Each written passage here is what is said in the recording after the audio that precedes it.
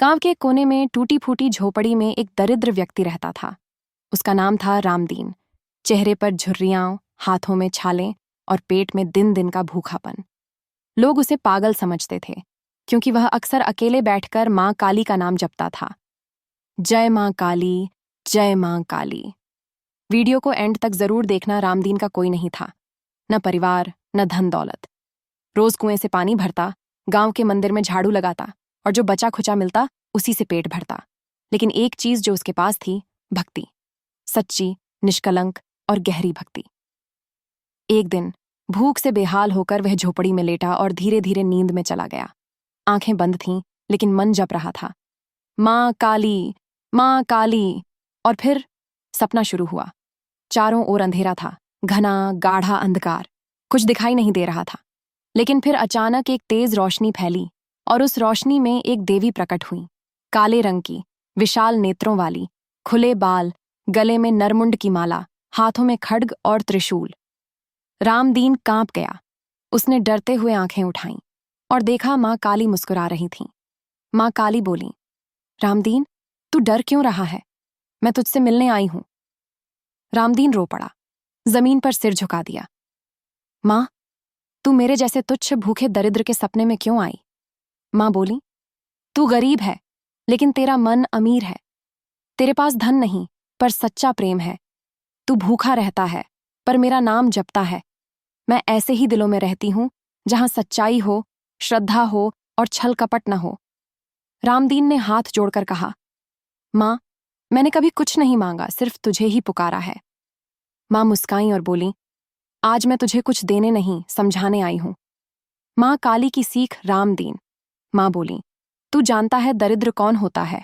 वो नहीं जिसके पास पैसे ना हो, बल्कि वो जो दिल से पत्थर हो गया हो, जो जरूरतमंद को देखकर आंखें फेर ले। वो दरिद्र है। तू दरिद्र नहीं है, तू मेरा परम भक्त है। रामदीन चुपचाप सुनता रहा। दुनिया वाले तुझे पागल कहते हैं, क्योंकि तू उन्हें उनकी दौलत की सच्चाई दिखा देता है, उन्हें याद दिला देता है कि बिना भक्ति सब कुछ व्यर्थ है। माँ की आवाज गंभीर हो गई, रामदीन, अब वक्त आ गया है कि तू सिर्फ खुद के लिए नहीं, औरों के लिए भी जिए। तेरी झोपड़ी में अब मेरा वास होगा। जो भी सच्चे दिल से यहां आएगा, उसे मेरा आशीर्वाद मिलेगा। अगली सुबह रामदीन उठा। सपना अभी भी आंखों में बसा था। झोपड़ी से बाहर निकला तो देखा, गांव के एक अमीर सेठ का बेटा बुखार में तप रहा था।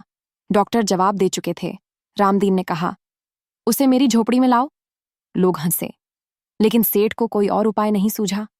बेटे को रामदीन की झोपड़ी में लाया गया। रामदीन ने माँ काली का नाम लेकर पानी पर फूंका और पिलाया। 1 घंटे में सेठ का बेटा आंखें खोलकर बैठ गया। गांव में हलचल। अब रामदीन के पास रोज लोग आने लगे, बीमार, परेशान, दुखी, और माँ काली के नाम से चमत्कार होते गए। लेकिन रामदीन ने कभी पैसे नहीं लिए, सिर्फ यही कहा, जाओ, माँ का नाम लो और किसी भूखे को खाना खिला दो। यही माँ की पूजा है। एक दिन फिर माँ आई। एक रात रामदीन माँ का नाम लेते हुए झोपड़ी के बाहर बैठा था। हवा में एक अलग सी सुगंध थी। और फिर वही सपना। माँ काली फिर प्रकट हुई।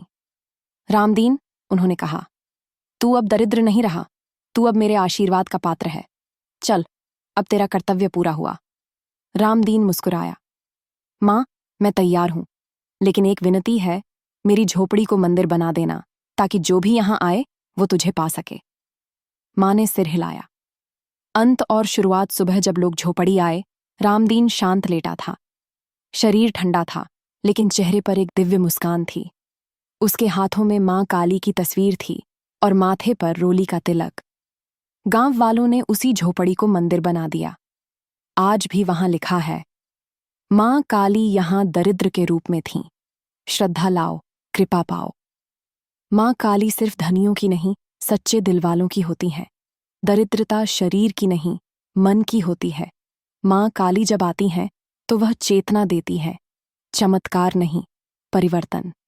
माँ अपने भक्त की झोपड़ी में भी वही कृपा बरसाती है जो किसी बड़े मंदिर में होती है। ऐसे ही माँ काली के बारे में और जानने के लिए वीडियो को लाइक करें, शेयर करें और सब्सक्राइब करना ना भूलें। साथ ही साथ वीडियो पर कमेंट करें, जय माँ काली, तुम्हारा भी भाग्य माँ के ही हाथों में है। जय माँ काली, हर दुख हरने वाली, माँ काली,